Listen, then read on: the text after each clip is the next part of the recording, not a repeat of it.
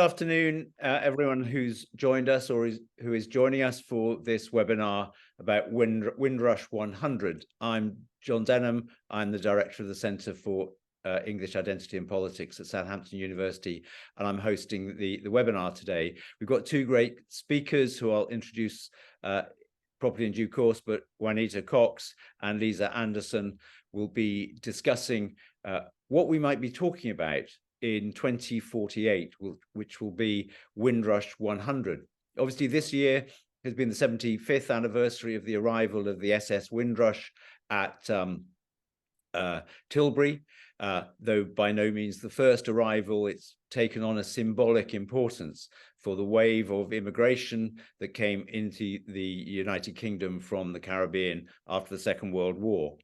And the last year has seen an extraordinarily wide range of Windrush 75 activities, ranging from community events to the issuing of a special Royal Mail postage stamp. One of the interesting things I think about the past year has been the many different ways in which it has been presented. There have been elements of commemoration of the original generation, an exploration of the history of the events, the problem that people faced, the achievements that people are proud of, the ongoing issues such as the Windrush scandal, or perhaps we should call it the Home Office scandal, and continuing racism. All of those elements have been there. Before last year, there was a letter to the Times signed by 100 prominent figures, including Lenny Henry, Benjamin Zephaniah, David Olusoga, saying that the year was going to be important, and that letter put the emphasis on Windrush as a part of British history, not just an element of Black history. Patrick Vernon, who chaired the steering group for the year, has said there have been different ways of looking at it. Some have seen it as a Caribbean experience, others African and Caribbean, others have seen the year in the wider context of migration from Commonwealth countries, former colonies, and the development of a multicultural Britain. Paul Elliott, one of the early pioneers in professional football, talked about Windrush as a time for celebrating the pioneers. He also said celebrating the progress that's been made, because football is no longer a place where racism is given a voice every Saturday afternoon, to an arguable case that English football is now a pace setter for aspiration and a diverse society. But he also talked about the need for a commitment, because not all of the problems have been solved. The racism has often gone online. Progress in the boardrooms and management of football are not the same as on the pitch. In culture, Spotify had a Windrush 75 Spotify list, including Stormzy and Southampton's own Craig David and Boney M and others.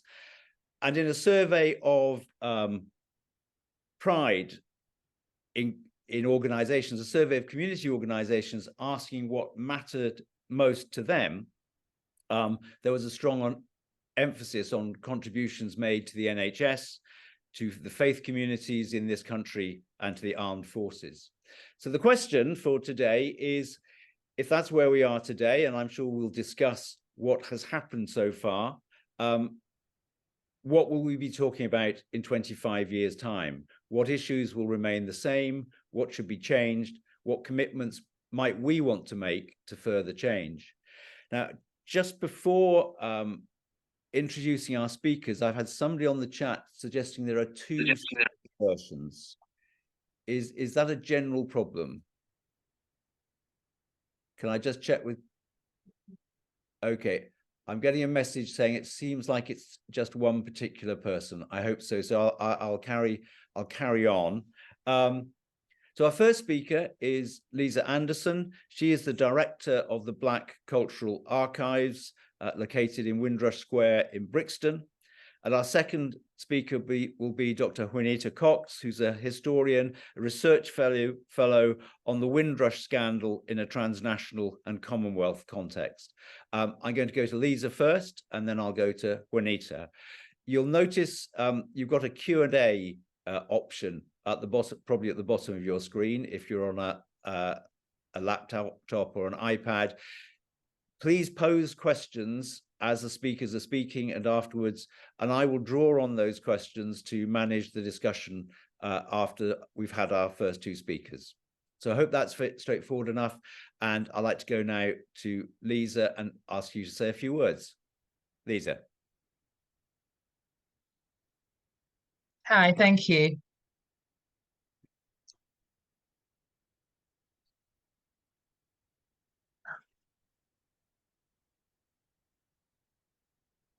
Thank you so much for welcoming me into this conversation, John. It's an honor to be able to advocate for and share information about the work that we do at Black Cultural Archives. As John said, I am the managing director at Black Cultural Archives, and it's a profound honor for me, really, particularly because I consider myself as a daughter of the Windrush generation.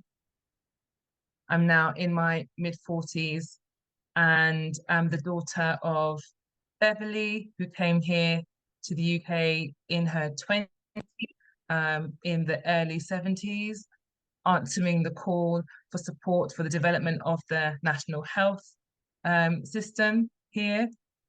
And also the daughter of Morris, who came here as a young boy in the late 50s and went on to have a 30-year-long career serving the Royal Mail. Everything about the conversation, about the relevance of Windrush, the generation, is born through my life. I was the first child to go on to have a university education in my family. My brother followed quickly after.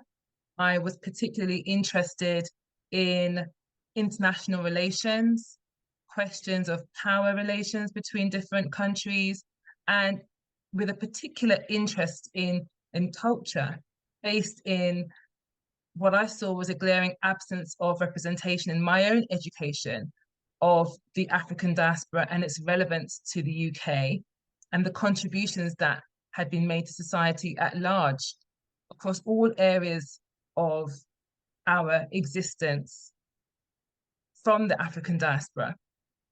That led me to going on to do a master's in human rights. And whilst pursuing that, all of those studies, ironically, I met the niece of Len Garrison, who is one of the key founders of Black Cultural Archives, where she told me, my uncle has this amazing initiative I think you'll really be interested in. And I was. And fresh from my graduate studies in human rights, I came and visited Black Cultural Archives at its first location on Cold Harbour Lane in Brixton, and was totally overwhelmed by the wealth of history and knowledge, empowering, inspirational knowledge that it held about the contributions that had been made to society from the African diaspora, and particularly the Windrush generation. So to be its managing director 20 years on is full circle, but again, representative of my commitment to this history and my representation of this history. So this conversation about the importance of recognizing that history, not only in the wake of the 75th anniversary that we all, well, I hope many of you were involved in, but of course, myself and Juanita were definitely involved in, aware of, and contributing towards. We're also looking ahead and thinking about, so how do we continue this on and what will it look like in 25 years' time, is very relevant to the work that I do at Black Cultural Archives. Perhaps it'd be useful to give you a bit of insight into what Black Cultural Archives really is. We see ourselves as the home of Black British history, and we celebrate being one of, if not the main, national heritage organizations that exist to collect, celebrate, and preserve the histories of people of African and Caribbean descent in order to and give strength to individuals, communities, and society at large. We are a profound resource of material, research material for people to engage with those histories, empower themselves, and have a better understanding of the more complex, nuanced, and inclusive story of Britain, more inclusive story of Britain that is currently supported by our national educational curriculum. And as was said at the start, we have a very apt address. Behind me, this backdrop that I have is a picture of our awesome headquarters on 1 Windrush Square in the heart of Brixton.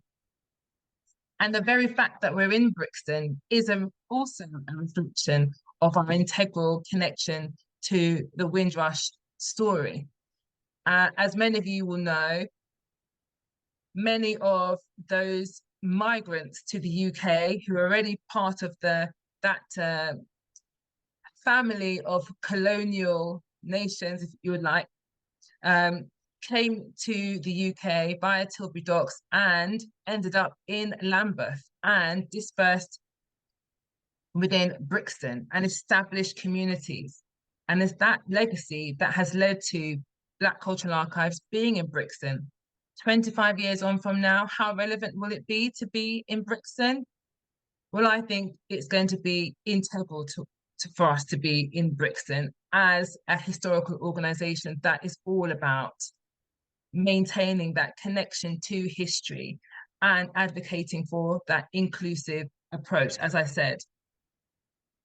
Also, it's important to say that many of those involved in founding Black Cultural Archives were from the Windrush generation. Len Garrison, he, like my father, came over in the late 50s, but what were they responding to? I've only given you our mission in terms of existing to collect, preserve, and celebrate, but the question really requires us to consider why. Why was that even necessary? Why does it continue to be necessary? And that's obviously because of the racism and the inequality that existed and unfortunately persists. Black Cultural Archives is coming into its 43rd year of existence. So we were founded around the 1980s. And we all know at the beginning of the 1980s that there were a number of uprisings resulting from the unequal and racist experience, particularly of the Black communities.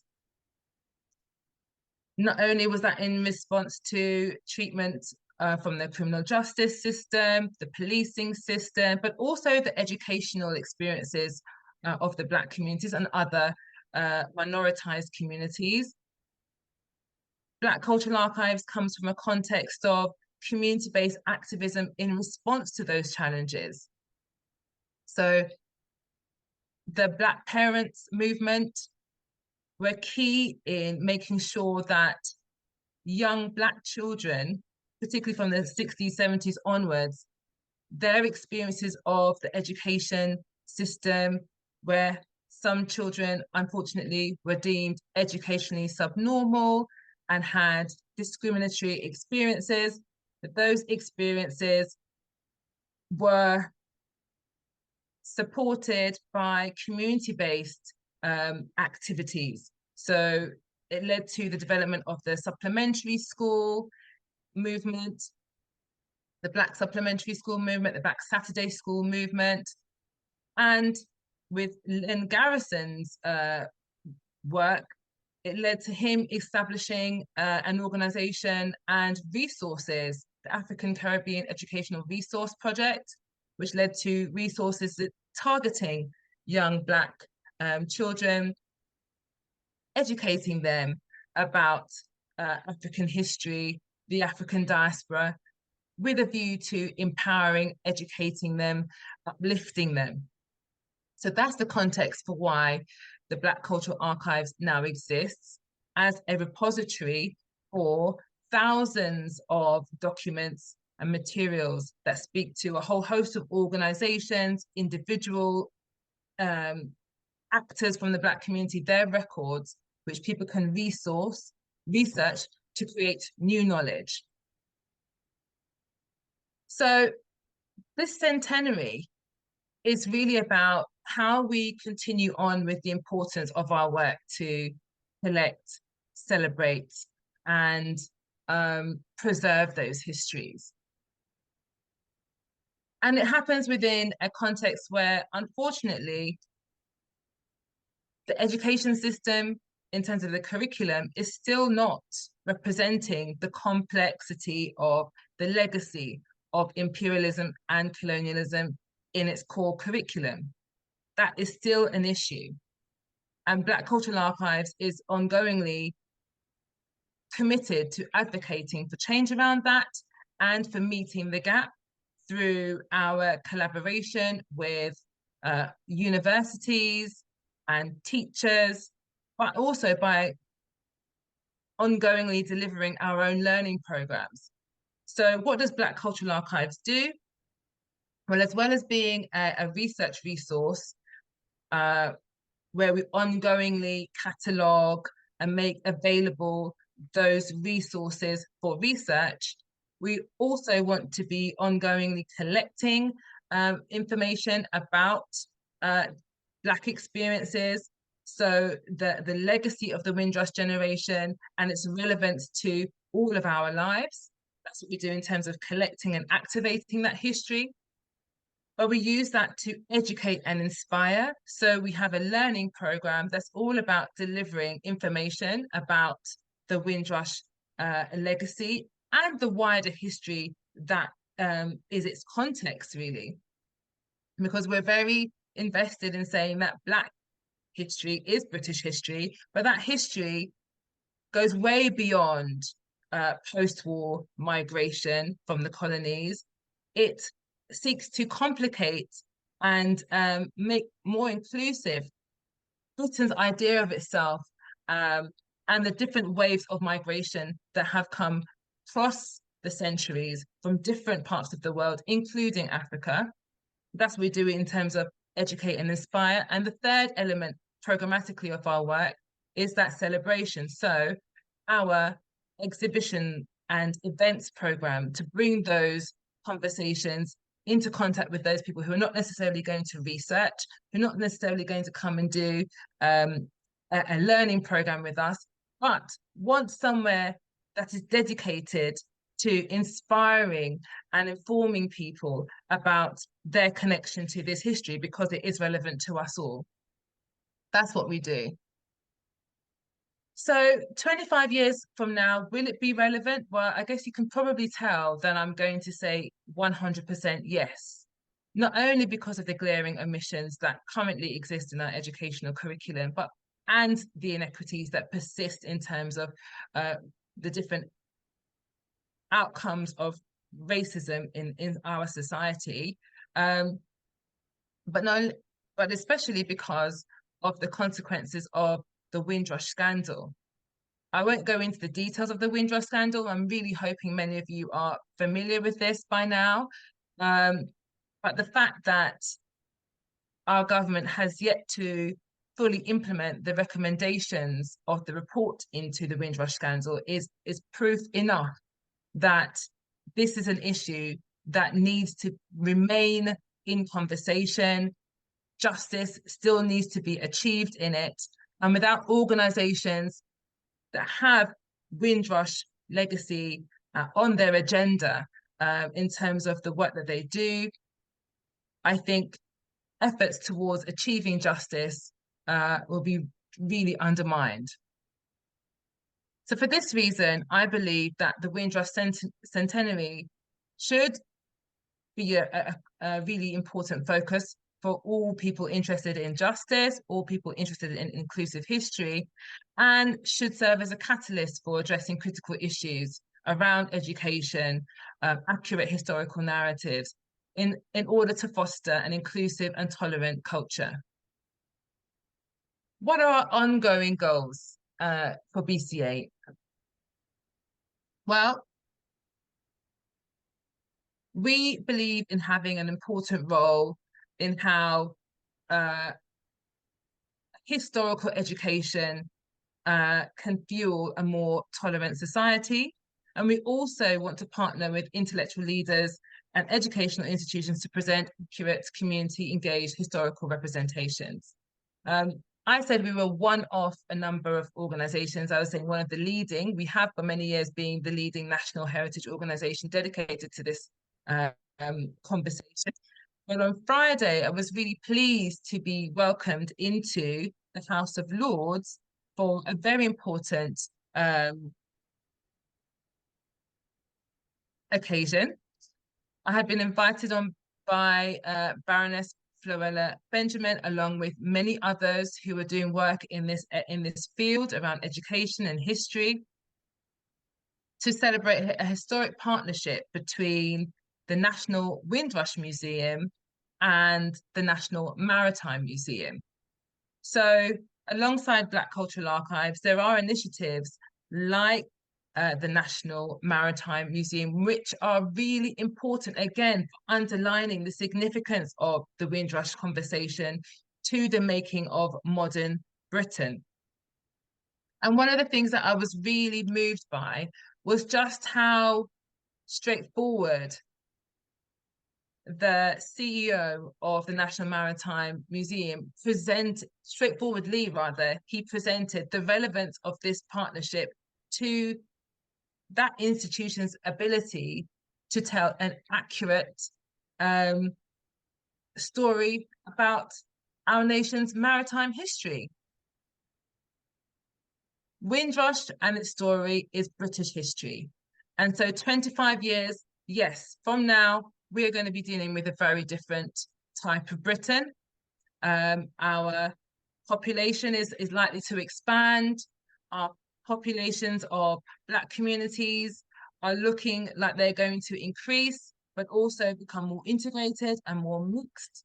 For me, that's a huge opportunity to make this conversation central to British culture and British history. And rather than us thinking that it would kind of decline in relevance, the sad and unavoidable truth is, yes, many of those few descendants, few people who were on Empire Windrush are unlikely to be with us 25 years from now. But I, as a daughter of the Windrush generation, God willing, I will still be here, and my descendants will be around. And I think it's inordinately important that all people understand my history to this conversation, my relevance as part of their connection to me, and acceptance of my story as being part of the wider British story. So in my final comments, I would just like to say that I'm very excited to have been invited to that celebration. I look forward to Black Cultural Archives playing a formative role in ongoing conversations about the relevance of Windrush, not only in terms of advocacy around justice for in the wake of the Windrush scandal, but in terms of advocating for a more inclusive approach to history, and ongoingly making sure that as those pioneers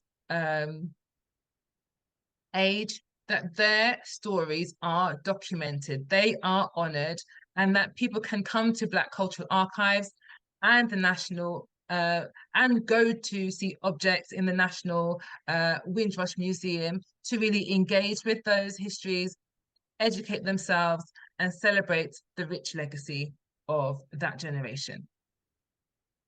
So please do come and visit Black Cultural Archives, but I'll hand over to Juanita Cox for now. Okay, thank you, Lisa. Thank you very much indeed. That was very, very compelling, not only putting your organization in the context of the work done by pioneering members of the Windrush generation, but a powerful case there, I think you said, to be more central even over the next 25 years than over the past 25 years. And I hope we can come back in the discussion on some of the particular issues about education, history, and so on that you've raised. Just before I go to Juanita, can I just say, please do there's a lively chat going on and people sharing all sorts of resources, which is great.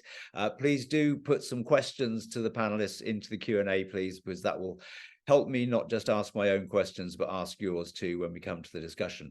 But to go now to Juanita Cox, who's a research fellow on the Windrush scandal for the Institute of Historical Research. Over to you.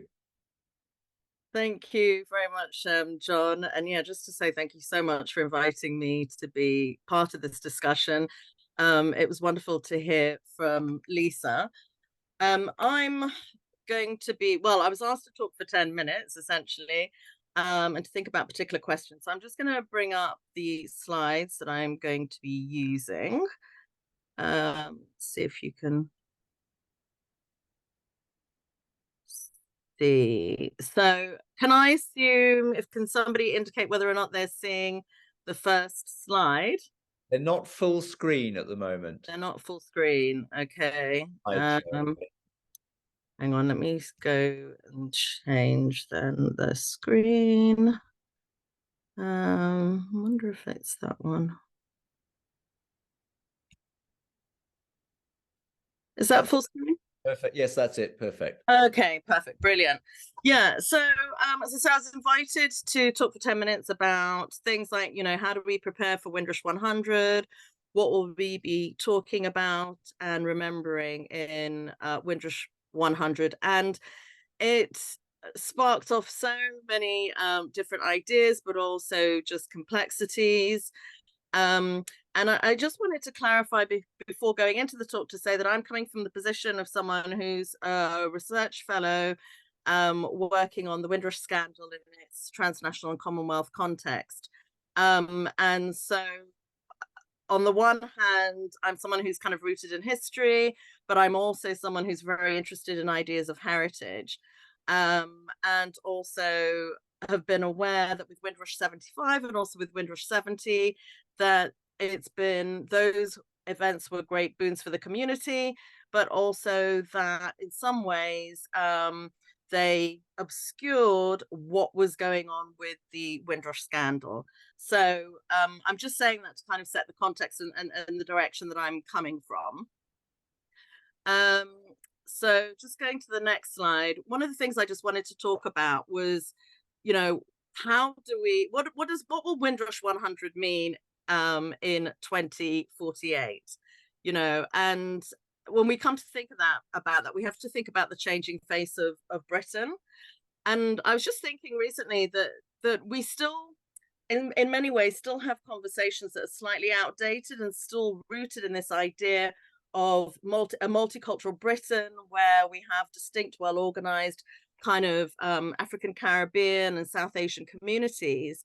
But we need to bear in mind that we've actually shifted into a newer position. So whereas before those communities were directly linked to the British Empire and to colonialism, we've become a nation of super diversity. And I just wanted to quote something from Vertevec.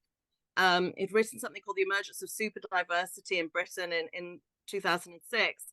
And he talks in that book about the increased number of new, small and scattered, multi-origin, transnationally connected, socio-economically differentiated and legally stratified migrants.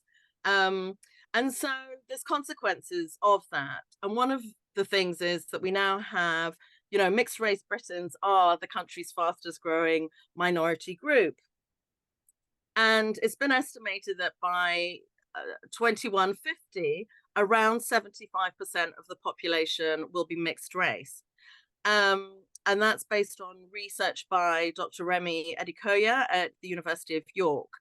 And so we will need to understand how mixed race identity is felt. And the best way to do this is I would suggest, through story and oral history.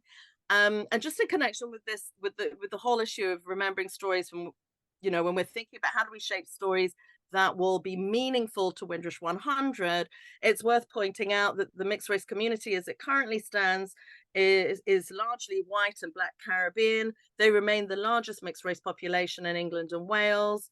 There was, I think, just over 500,000 people who identified as such in the 2021 census, which was up from 20% in the 2011 census. So in a sense, the Caribbean migration, the Caribbean community is becoming very integral to British society, not just through the fact that they've been here generationally, but also because they are actually literally intermarrying into all sorts of different strands of British society. The problem with this, as Dr. Yemi Adekoya has noted, is that this kind of unprecedented interracial mixing is happening in a world that is becoming increasingly racially polarized. And, you know, of course, we've seen Brexit, the impact of Brexit, in terms of the impact on the European communities. Super diversity is also added complexion. And so it's become incredibly difficult to talk about race in this kind of the traditional kind of binary fashion of black or white. And I'm reminded too of Suella Braverman, who very recently made the kind of divisive claims around that, you know, saying that multiculturalism had failed and was a threat to the security of society. I just want to clarify that I don't personally agree with that. I think it's in terms of multiculturalism, it's clearly been a success. We wouldn't be seeing the diversity that we have within Parliament at the moment. Or that, you know, I mean, people are represented in all spheres of British life, although obviously in terms of the impact of racism, there's still a huge amount to do. But I think Windrush is a story that highlights the positive impact of immigration on the British economy, but is also added vibrancy to the national culture, and in that way remains incredibly vital as a means through which we can challenge these kind of logics of racism and anti-immigrant hostility. You know, because on the one hand, Britain kind of celebrates the richness of its culture, of our national culture, and that richness has come as a direct result of immigration.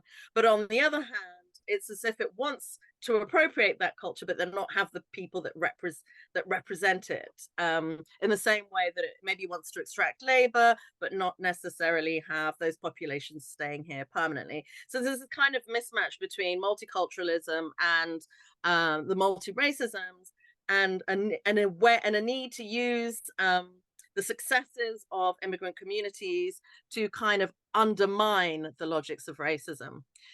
Importantly, the Windrush experience can also be linked to the experiences of the non-Commonwealth migrants. So these people I'm referring to as having created, you know, added the diversity to British society, in the sense of it now being super diverse. And think about the fact that through the impact of changing legislation, starting with asylum and immigration, the Immigration Acts of 1993, and also the hostile environment policies on anyone considered migrant.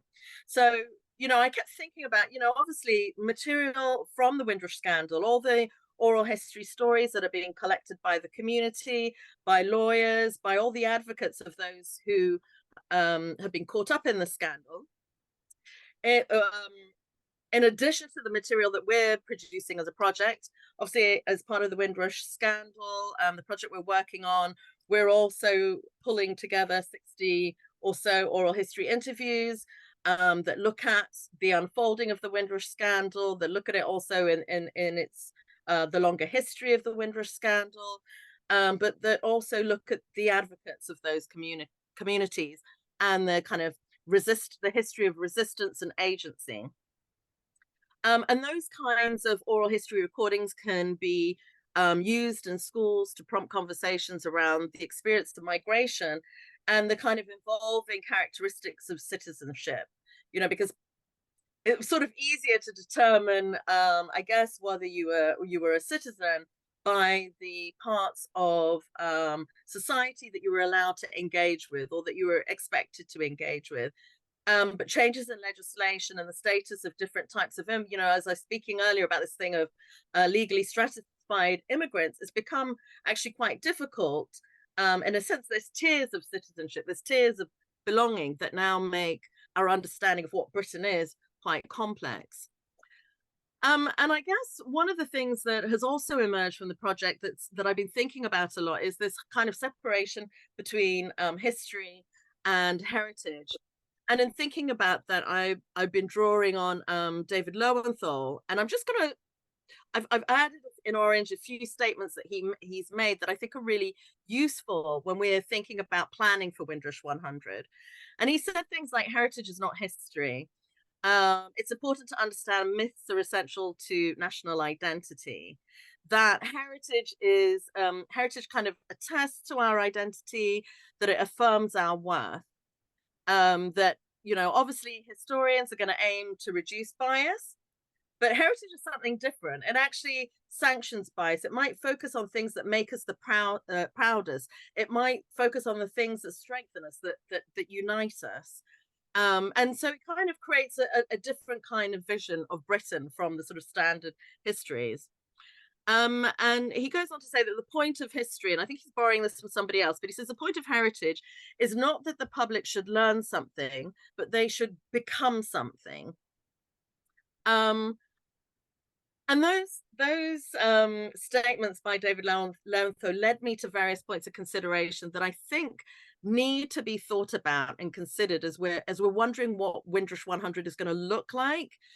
So, you know, when I was thinking of Windrush 75 this year, the story felt really compatible with Britain's wider story. It really felt like we were telling a story that was part of Britain's overall story. And there was this focus on, when we think of the statue at Waterloo, there's the poem there that talks about they called, we came, this idea that we'd helped to build or reality that the migrants from the Caribbean had helped to build post-war Britain, that they had contributed in significant ways to British society, and that despite a lot of the racism and the challenges they faced, there was an extent to which they'd actually transcended a lot of that adversity to become successful and contribute in the many ways that they had. But the problem I then had with this narrative, and I was thinking about how does this fit in, is that it can suggest this kind of complicity in its approach to ideas of heritage and of nation building.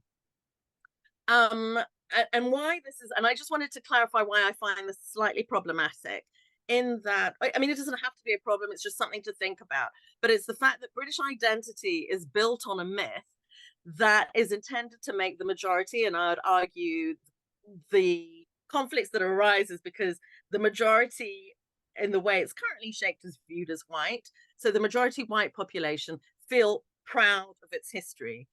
So that's why we have this kind of focus on maybe Wilberforce as the primary abolitionist, when of course we know that, there have been numerous uprisings and rebellions within the Caribbean that actually begin to make slavery completely untenable. There's all sorts of reasons as to why slavery is brought to an end, and a lot of it to do with the agency of the Black community, people like Ottobah Cugoano, Olaudah Equiano, many different activists within the community, but yet still, in terms of the national story, it's focused on Wilberforce. There's also this idea of the British Empire as a kind of benevolent force, and there's this sort of resistance to including the more kind of complex and horrifying realities of empire, and in particularly the history of enslavement. I was thinking also that, there are still issues, because when the government offered funding for Windrush Day, and the funding was significant, members of the community could apply for it. But the problem with that was that the government then had stipulated, or the problem as I see it, is the government had then stipulated that funding for the Windrush application couldn't be used for political events, and inferred via that there were certain points of conversation that through which the government, that might be considered by the government as being divisive. And one of those things, of course, for me, that was particularly problematic because of the ongoing Windrush scandal, the fact that the compensation scheme wasn't working, and actually needed to be withdrawn from the Home Office, and be an independent scheme. But for all sorts of other reasons, it just struck me as being really problematic. So when we're thinking about heritage and how we structure heritage, how do we actually reconcile these complexities and stories that in essence can be in conflict with what, as it currently stands, maybe the majority, the 84% of the population wants, and which the government, through its behaviors and practices, seems sort of insistent on supporting those kind of hegemonic narratives, rather than recognizing the reality of Britain's really fundamentally diverse communities, which have always been immigrant communities, whether you're talking about long before the Windrush, whether you're talking about the Romans, you know, all the different European influences, the Huguenots. You know, there seems to be this kind of resistance to frame Britain as a country of immigrants. What it does seem to be willing to do is look at this whole issue of multiculturalism. But I'll stop for that because I don't want to go on too much longer. I wanted to then go on and say that we need to ensure that Windrush is not delinked from the colonial past. You know, the sort of pre-1948 story, because of the ongoing demands for reparations. So, you know, for me, this is a really complex issue. Windrush is really vital to the nation's story, but there are also very serious activities going on within the community around reparations. And as part of reparations, one of the demands is the need to tell the true story of empire, the need to tell the true impact of enslavement on Africa and the African diaspora. So I guess when we're thinking about Windrush 100, we need to be thinking about what are the most important aims of the Windrush story? What are we trying to achieve by it? Is this about making us proud? Is it by trying to bring us together, to integrate us into a wider British society? Is it about telling us a positive story of immigration? And I can't say I have the answers. In fact, one of the aspects of the project was to get a sense of the impact of the Windrush scandal on people's identities. And what I found is that even the definition of the Windrush generation, I think everybody in the community will relate to this, is that people have a really wide variety of views.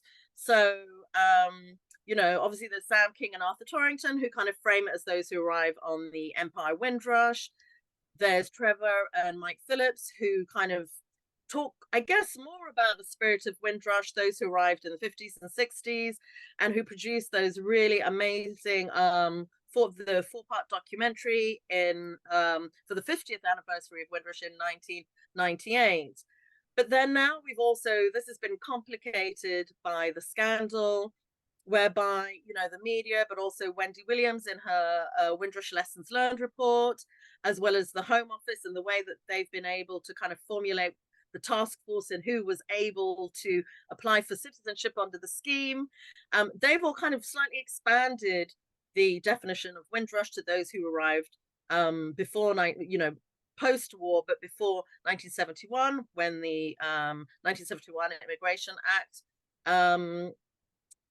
came into play, 1973 when it came into force, but then also others are looking at, well, hang on a minute, there's also 1998, which the scheme allows anybody who came to Britain prior to 1998 to apply to the scheme.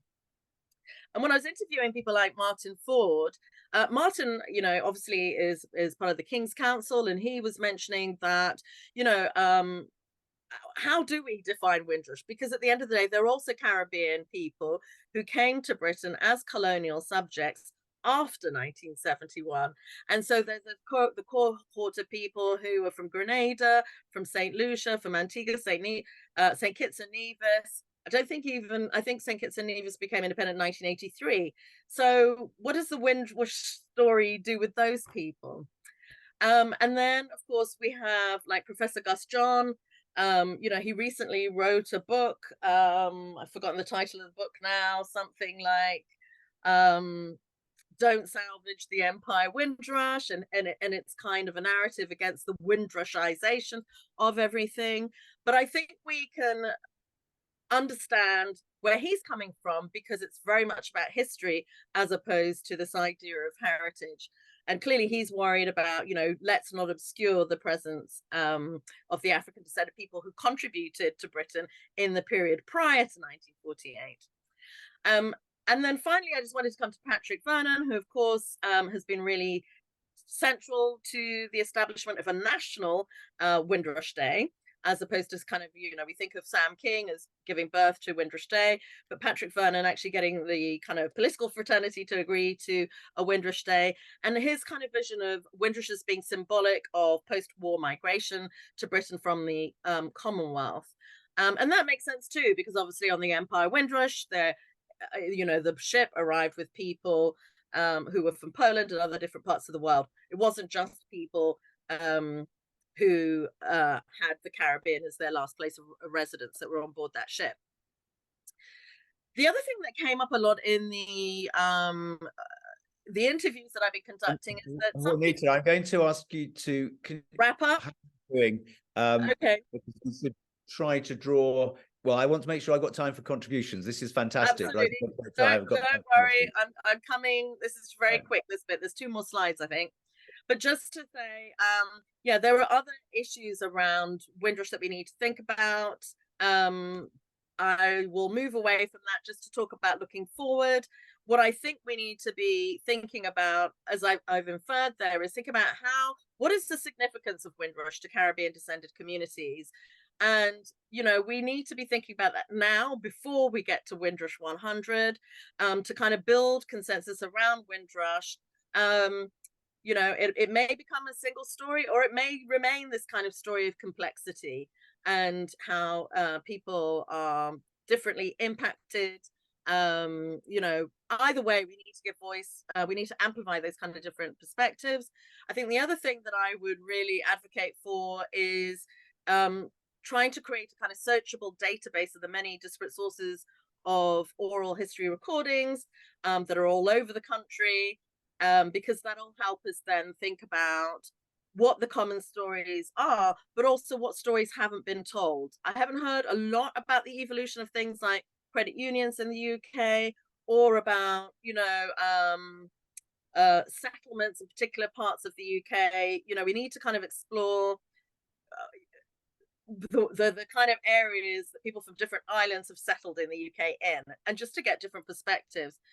But I'd also say that we need some kind of activity where we're really trying to collate aspects of tangible heritage. So family photographs, out of print journals, book collections, the airmail letters that people used to write to each other, obviously with what we call now kind of like barrel children, with parents writing to their children in the Caribbean, keeping them up to date while they're based here and their children are still based overseas. And so I'd advocate then for the support of the development, sorry, I can see this I put this the wrong way around, but support the development of the Windrush National Museum. But I think what I want to see is kind of collaborations between the Black Cultural Archives, the Windrush National Museum. Lisa mentioned earlier, of course, the event that she attended in which the National Maritime Museum was also involved, but also the Migration Museum. And I kind of see that all of them can have at their core this kind of story of post-war immigration or migration, but also as providing spaces for discussion around the wider Commonwealth and stories of super diversity in Britain. So that's me. Thank you very much for listening. Thank you very much. And that's been another incredibly stimulating and challenging talk. And I could spend all afternoon asking my own questions, but I would like to bring in the audience. What's clear from both of your contributions is that one of the great issues of the next 25 years is going to be which story is it we're trying to tell and why. And picking up on a couple of things in the Q&A, Karen Hamilton-Bannis says, I think the Windrush story is the last link in the chain that brings the British Empire's interference in African people's lives and history full circle. And Kwame Phillips says that he agreed with Dr. Cox, that Windrush 100 or 76 onwards has to be about challenging the mythology of Britain rather than complicity and comfortably fitting into the myth. So those are two endorsements. When the Windrush 75 was being set up, there was some background research that said that 64% of the public think children should be taught about the Windrush to help understand Britain's history and of empire and how it relates to migration and our diverse society today.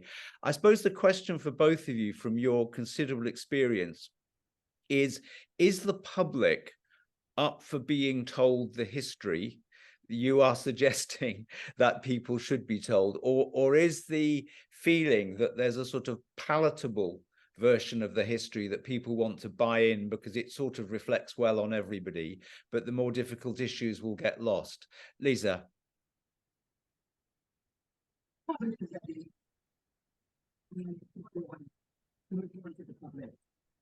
think the public is much more advanced and already invested in this conversation than, sadly, our political leaders are. This weekend, in The Guardian, there was an article from the director of English Heritage, I think, championing the importance of having more nuanced, complex conversations about Britain's history in relation to empire and colonialism and its legacy. This is one of the leaders of one of our key national heritage organizations being willing to confront this history head on. These are the voices that we should be listening to. The 65% of the public who are willing to have their children taught is what we should be using as our guide for how we ongoingly shape narratives for education around this complex conversation on super diversity. And it, of course, does go way back beyond Windrush. It's ongoing education to me as a leader of this organization. You know, that's my role is really about managing an institution. I'm not the leading historian in my organization. So it's a profound pleasure and benefit to be ongoingly inspired and informed about the nuances of British history that go back way into the times of the Roman Empire and even beyond, and how there's been an African presence involved in the shaping and forming of Britain for centuries. Why does it sometimes come across as a radical thing to say? In thinking about Windrush 100, it opens the conversation to start integrating these considerations. And there's so much scholarship on it. It's not that there isn't any scholarship on these issues, but are they being endorsed? Are they being brought into the education system that's going to give the widest impact, that could really start to shift culture and a sense of connection between communities, a sense of respect, a sense of tolerance? That's the opportunity, I think, for Windrush 100. And we need to do that because we're already super diverse. From what Dr. Cox has said, it's only going to increase. So I say yes. Okay. Juanita, do you want to add anything to that, or? Just that I agree with Lisa. I mean, I just think the politicians are so behind the general public. It's astonishing. Even when you think of, you know, the issue of reparations and the fact that, you know, we now have a group called the Heirs of Slavery. You know, despite the fact and people like Esther Stanford Cozy, who've been campaigning for this for so long, a lot of people are on board, but then there you have Rishi Sunak saying, no, I'm not addressing slavery. And then you have, you know, Suella Braverman going on about multiculturalism being a nightmare for Britain. But I do have concerns at the back of my mind, in the sense that somebody is voting in far-right politicians. And we've recently seen the impact in Europe, you know, with the new Dutch leader, but also we've seen the events that have happened in Dublin, whereby, you know, Boris Johnson called them the race riots. Well, just clarify, they were the white race riots. They weren't race riots, you know. And his solution, again, as though we were back in 1958 with the race riots, that was to say that the problem is the immigrant community. So we have this real problem where politicians keep trying to undermine what actually the main body of people in the UK want, which is for us to all just get along and to celebrate each other. Well, So that's a positive from both of you, and I think that actually the Windrush events, commemorations, have largely been shaped from within the Windrush community or people working with them over the last 75 years. They've not been put on the map by the government or by politicians. So there is scope for choosing the stories and well, not choosing, but telling the truthful stories in the years ahead.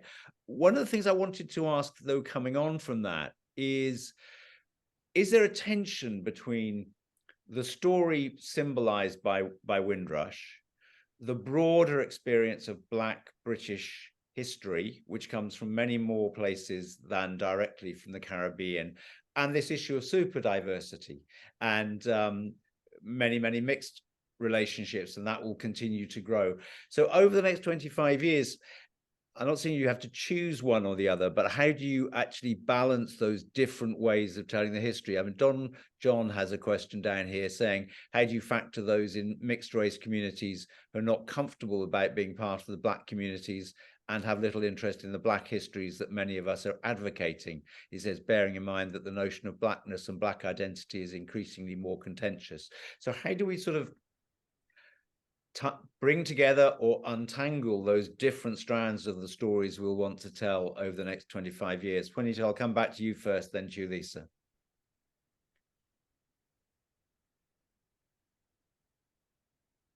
Juanita, do you want to answer that? Sorry. I thought I was thinking it the other way around. Yeah, in terms of, well, that's why I'm saying I think that we need to be preparing now for then. So even if you're thinking of people who's, in my family we have my nieces have an African Guyanese grandmother, but complexion wise you wouldn't know it. But I would expect that they should be being taught about the Windrush now, and that as part within our family, obviously those things are being embedded anyway. They know her history. I don't really. I'm not sure where you mentioned one of the somebody who submitted a question was saying that they felt disconnected from Blackness. I can understand. With identity politics. If I could just explain, it was a reference directly to Don John was suggesting there are some people in mixed race communities who are not comfortable about seeing themselves as being part of the Black community and don't share the interest in Black histories that others do. That was the context. Right. Okay. Well, I guess my way of understanding that is him saying as though Black history was separate from British history. And right. That's what that sounds like, that is. And so long as it's clear that Black history is British history, there isn't a separation. It's one and the same thing. And it is one and the same thing. That's the reality. Yeah.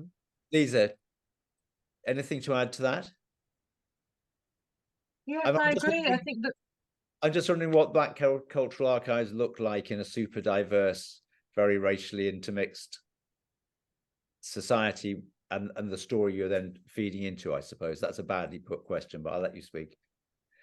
This looks like a super diverse, it looks like Black cultural archives speaking to and engaging with and serving a super diverse community. The significance of our work will not change. It will evolve. I mean, that sounds contradictory. So we're here to, as a monument to heritage, to Black heritage. Now, what is Blackness? This is a contentious question and issue. But the way to deal with it is to ongoingly dedicate resources and attention to it and to tackle the challenges and contradictions inherent within it. And I think the reason why there is this question of its contention and kind of a nervousness around its ongoing relevance is because it hasn't been supported as much as it should be in academic realms.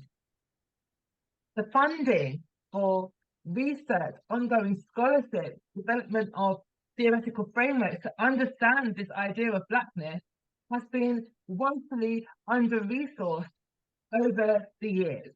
We have the obvious example of Hakim Adi, Professor Hakim Adi, one of our foremost scholars of the history of African and Caribbean peoples in the UK, losing his role, his leadership role at his university and having to advocate for the importance of this area of study.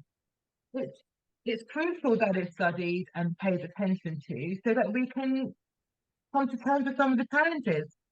And this question about the relevance of this conversation to people of mixed heritage, nobody is forcing anybody to adopt any definition of Blackness. We're not telling you what your identity is, you know, and it's a very personal issue to every single mixed heritage person, you know. And the beauty and the challenge of mixed race heritage is that everybody's experience is very unique. So huge opportunity, and yes, it does present some challenges, but it's very much part of what has made Britain what it is today. There are people walking around in the UK who look white, who have descendants going back through time, who come from all over the place. I'm not even going to tell you where, but from all over. But we're disconnected with that richness is part of the problem with the UK right now. And I think only by having a focus on something like Windrush 100, that helps us keep platform the issue and the challenge, I think, and keep that conversation ongoing. Can I add to that, John? Yeah. Actually, I just wanted to say briefly, the Caribbean itself is inherently heterogeneous. So the idea of Black just being about, you know, a particular type of skin complexion doesn't hold true. And in fact, one of the things I think that we need to be thinking about going forward, I noticed there's a book that's been written recently by David Dabadine and Maria Del Pilar Caladine called The Other Windrush, and it's pointing out that current stories kind of exclude the Indo-Caribbean communities, people who are of Chinese heritage. So one of the things that I've been trying to do as part of the research I'm doing is to make sure that the people I've been interviewing who've been impacted by the Windrush scandal, who come from the Caribbean, are also people with Indo-Caribbean backgrounds, Chinese Caribbean backgrounds, to show, because people don't seem to get this, the kind of, just how inherently heterogeneous Caribbean society is. The other thing I think that's really important for people who are of mixed race is that mixed race people, I mean, I'm making a bit of a brief sweeping statement, but I'd say in the UK as a whole, we have quite a keen interest in genealogy.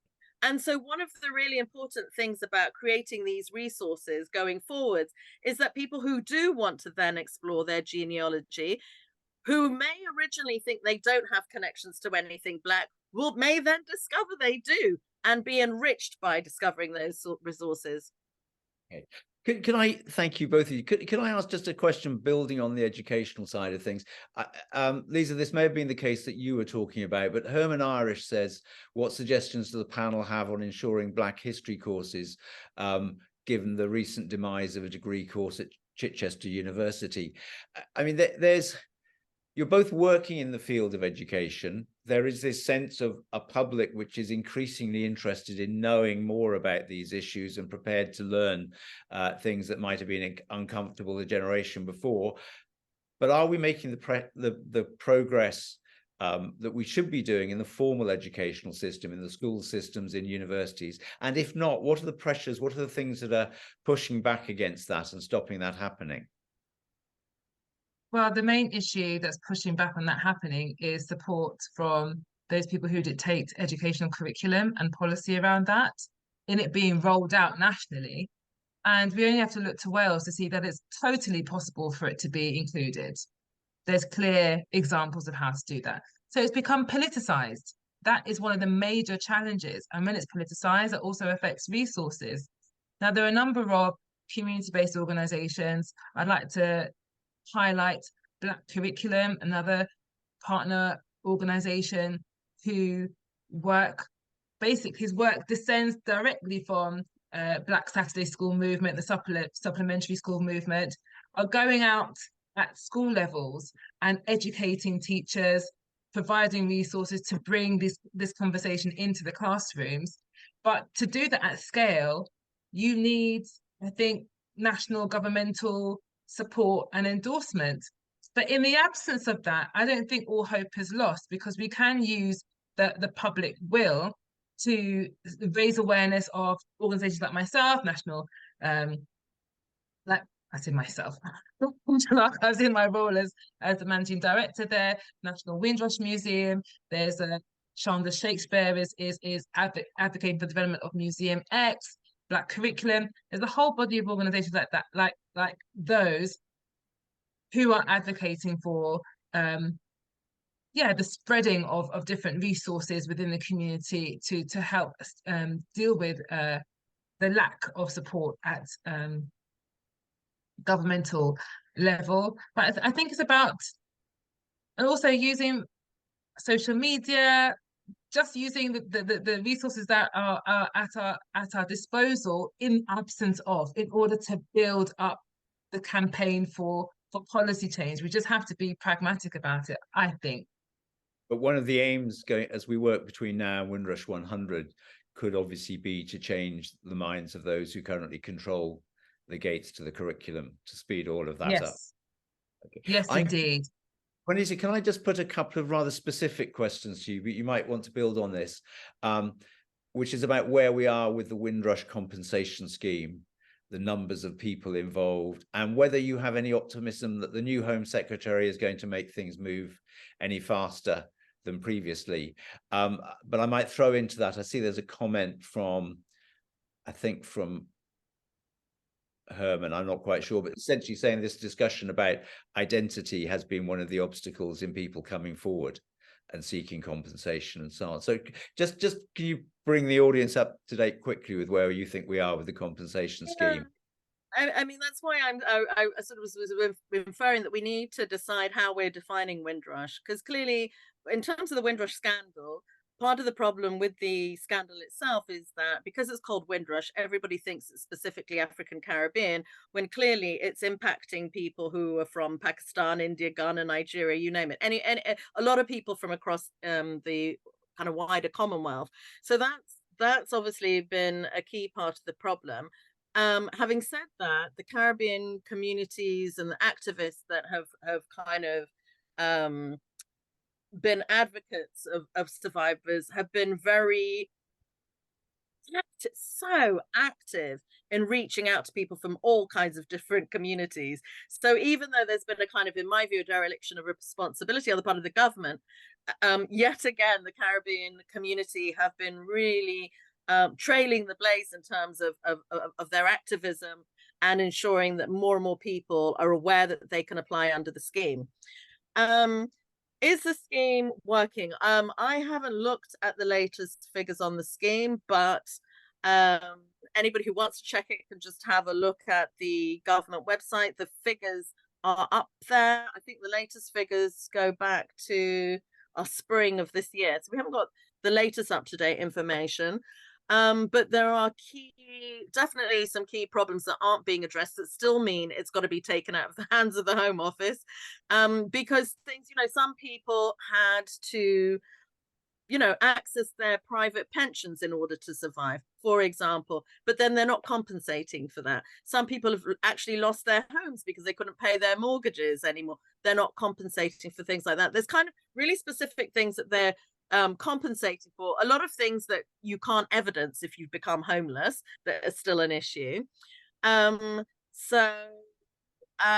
still a massive problem, but I don't want to give figures because I haven't looked at them recently. All I can say is that I know that there's, the majority of people still haven't been compensated.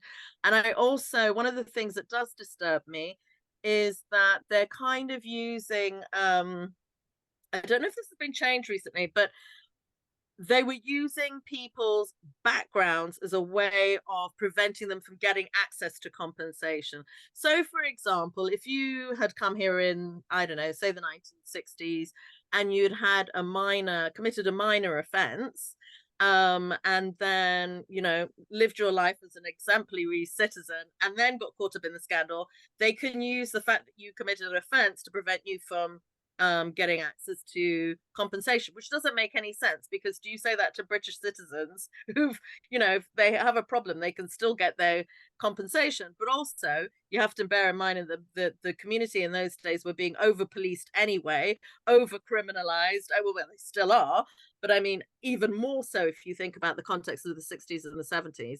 So, but yeah, I'm wondering. In fact, there might be more people online who'd be able to give you the latest. If there's Roland Huslin, or even, I thought even Herman Irish actually might know somebody's. Oh, Eve, my colleague, my fabulous colleague Eve, has just posted the latest data in the link there. So if anybody wants to have a look at that, they can. Good. That's very helpful. Yes, there's quite a lot of useful resource in the chat. I'm sure most people have already looked at it. That's very good.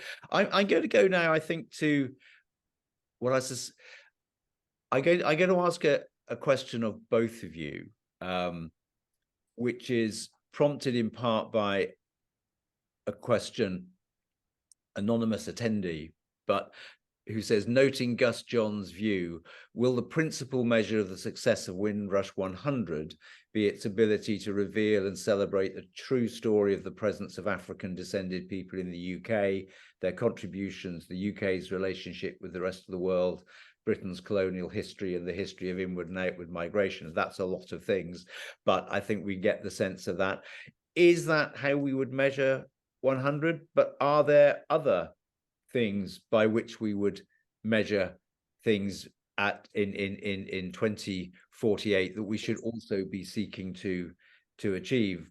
Thinking back earlier to the reference I made to the professional footballer who's simply pointing out that huge progress has been made, but there are many areas in football where Black people do not have the presence that they have on the football pitch. So I'm just interested in putting to both of you what you think we should be aiming to have achieved in 25 years' time. Juanita, can I come to you first, and then Lisa? Yeah, I would just say I sometimes the debates between Windrush or the longer history I find slightly I don't want to say frustrating. It's not an either or. We need both. We need both. I mean, it's all part of history, and obviously there are moments at school when you're learning about medieval history, and there are moments in school when you're learning about more recent history. And I just think, all of it needs to be there. Windrush Day is just a specific day to focus on the more recent populations and the impact they have had.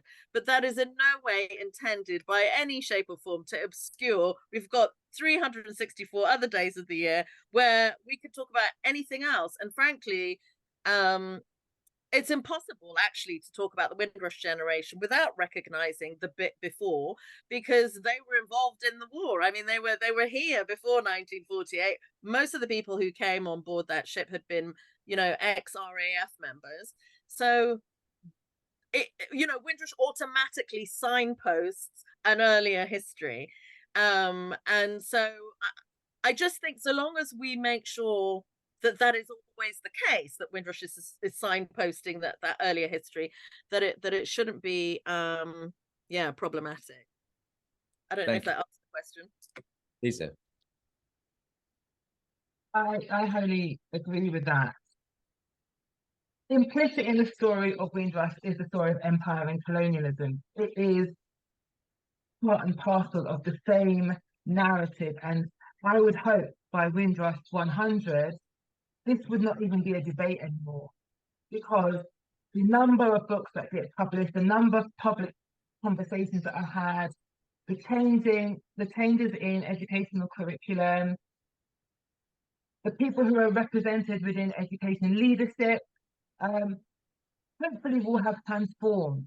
I think it would be a failure if we're having this kind of conversation 25 years from now, I would be so disappointed if it just becomes a return to a big surprise, part of a wider narrative of our nation's history. It shouldn't be any surprise to anybody 25 years from now.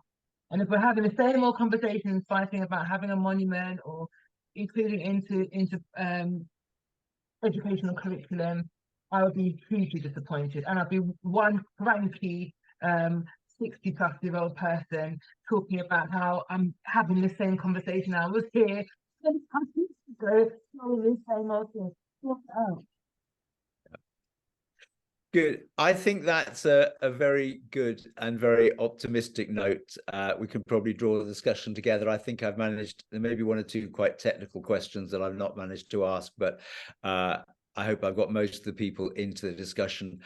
I think that's been a fascinating webinar. What I think is very interesting is there is firstly a real sense of optimism about what we can achieve and the tools that are at our disposal against the background of a still rapidly changing society in which the meanings of these stories will continue to develop. They're never going to be fixed, and they're going to become more inclusive. They'll go back deeper into the past and help us shape the future.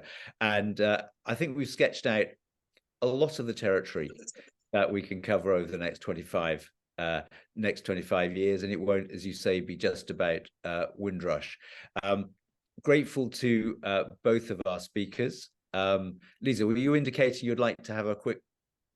Just one last comment Please. to answer one of the comments I saw in the chat, which is to say, and to underline the importance of this to be a fully national conversation. Of course, Cultural Archives has been very London, South England centric.